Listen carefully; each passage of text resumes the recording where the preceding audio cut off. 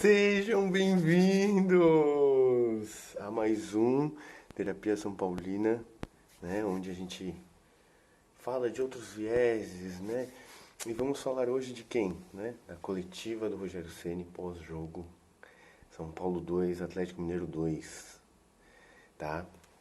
Primeiro para dizer que você, né, se inscreva no canal, curta, comenta, deixa um comentário aqui, você que está vendo o vídeo, por favor, qualquer comentário é muito bacana e responderei com o maior prazer, o maior orgulho aí, tá? Então, o apoio desse canal é o próprio canal, é vocês mesmos, tá? Então, ó, deixo aqui, né, o meu apoio aqui, o meu pedido de like, firmeza. Então, primeiro dizer, né? Primeiro de tudo dizer que quem viu meu pós-jogo, né? E eu convido a ver o pós-jogo até como um complemento do que vai ser dito nesse vídeo, né? Que eu já vou partir de um outro ponto. Que é o seguinte, eu esperei um dia para fazer esse vídeo porque o que eu falei, né, lá, eu entendi que não houve, não, eu fui para um outro lugar, né? Então, eu preferi estudar um pouco para comentar um pouco da coletiva, então estudar um pouco do que a opinião São Paulina, né, tá dizendo, né, e eu não sei, me coloco também nos meus limites, né, porque eu falo desde Montevidéu, então eu não falo de quem foi no Morumbi, não falo de quem foi para Córdoba, não estou falando de quem vive na cidade de São Paulo, né, quem tem que lidar com os rivais. Então acho que talvez eu tenha algum lugar aí que pode estar me dando uma opinião diferente também por isso, né? Então acho que, como eu sempre falo, aqui é um lugar para somar, né? Um lugar aqui, né? É uma mensagem de paz e também um lugar para somar, né? Para somar nas diversas opiniões dos especialistas, né? Então aqui é a parte emocional, psicológica, então, né? Então obviamente, né? Partindo de onde a gente vem do pós-jogo, né, onde eu prefiro prefiro enaltecer o trabalho, né, que foi feito nessa partida, do que e também enaltecer a grande equipe que é o Atlético Mineiro neste jogo, tá? Grande equipe mesmo, entendeu? A torcida dos caras furou bloqueio, os caras vieram grandão pro Morumbi, entendeu? Vieram para ganhar, né? Deram um sangue, o banco lá e tal. Assim, vieram para conseguir a vaga na Libertadores, né? E a gente fez um jogo brilhante, né? O primeiro tempo viramos o jogo em cima dos caras, né? O cara fez o gol, o Vargas fez o gol assim, né? Zoou e tal, sabe assim?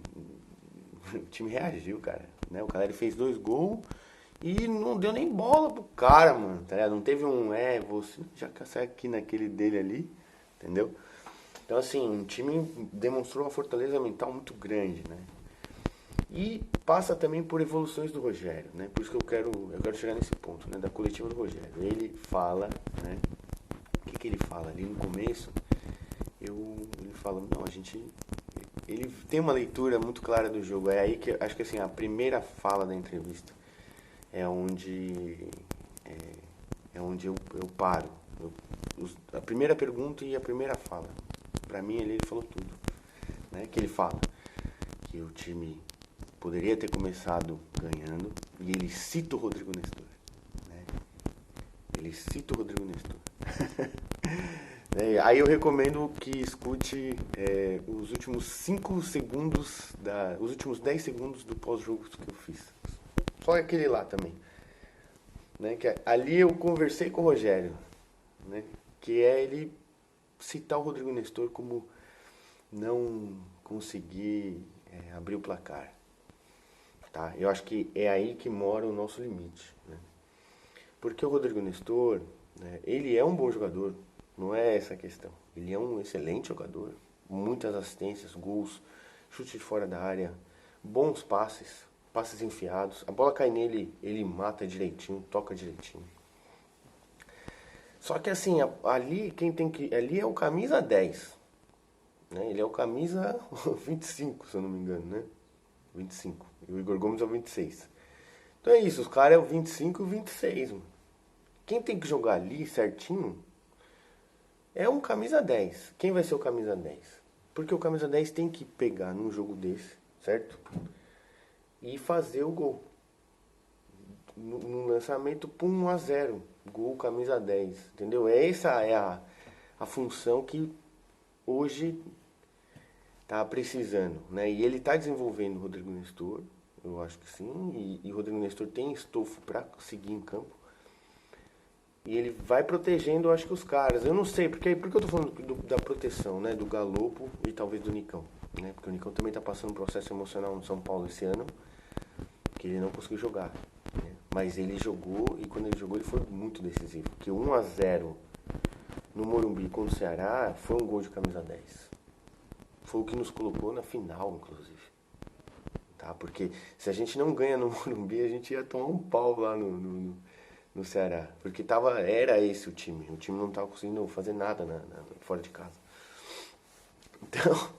Então assim, talvez eles estão passando por um processo de desenvolvimento também, dentro do São Paulo, o Nicão. Porque esse camisa 10 de São Paulo é difícil, a camisa veio muito pesada. Viu do Daniel Alves, né? Viu o Daniel Alves, que é um camisa 10 que ganhou um título. Tá? Só pra, né, pensando por essa filosofia no camisa 10.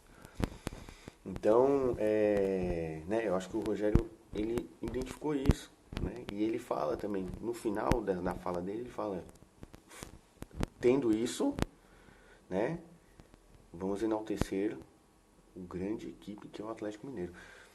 Entendeu? Aquela postura completamente soberba dele, de falar de número, de falar que dominou o outro time, de falar que...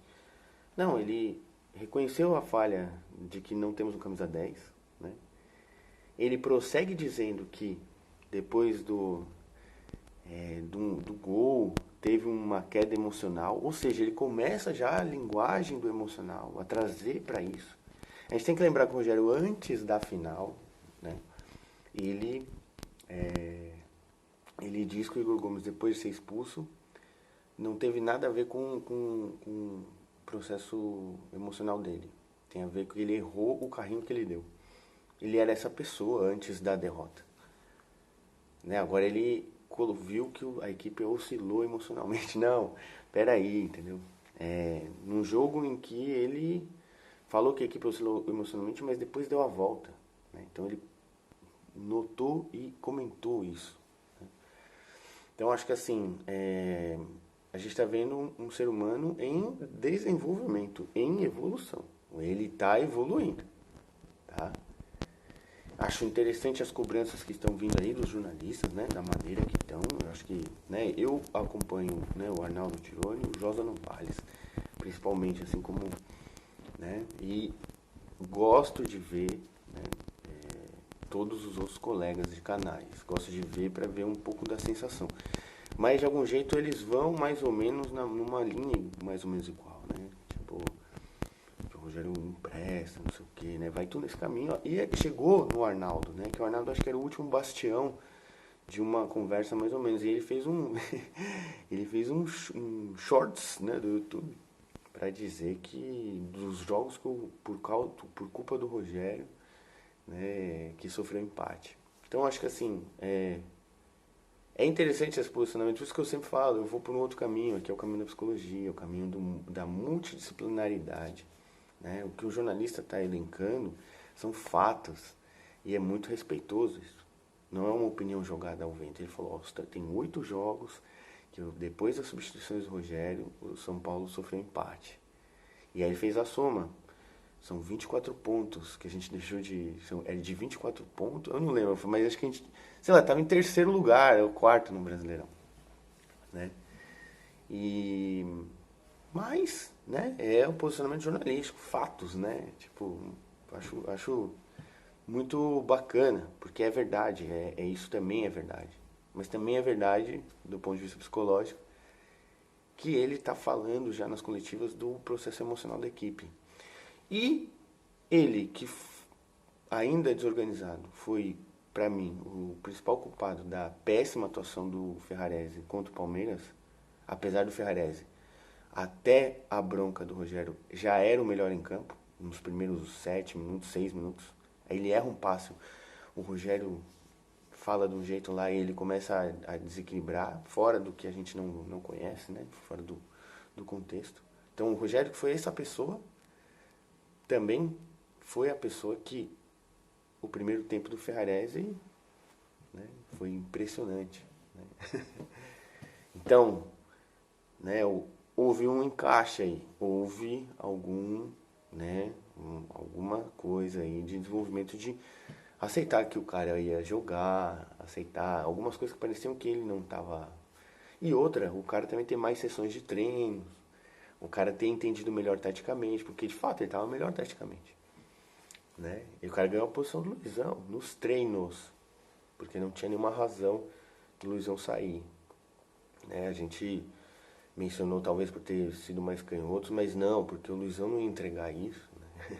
Na verdade o Luizão entrou e por o jogo tá tão num nível tão difícil, foi difícil entrar na zaga, né? Mas ele entrou e ele tomou o gol, né? Com o Vargas, né? Então, né? E se eu não me engano, a bola raspa no Rodrigo Nestor também, né? Que é uma assistência que ele precisava ter dado aí, né? Cornetei de novo. Mas é isso aí, então. Então, dizer desse ponto de vista, né? Dizer do camisa 10 e dizer do desenvolvimento do Rogério. Por mais que sutil, desenvolvimento, né? Outros jogadores estão aparecendo e alguns jogadores estão perdendo a sua força, porque talvez não estão acompanhando o que o Rogério está dito pelo Rogério, tá? O que está sendo apresentado pelo Rogério, né? Então, acho que os 11 que entraram nessa partida são guerreiros são paulinos mesmo, de verdade. Né? Rodrigo Nestor, um guerreiro são paulino, um moleque da base, encarou o jogo, jogou, né?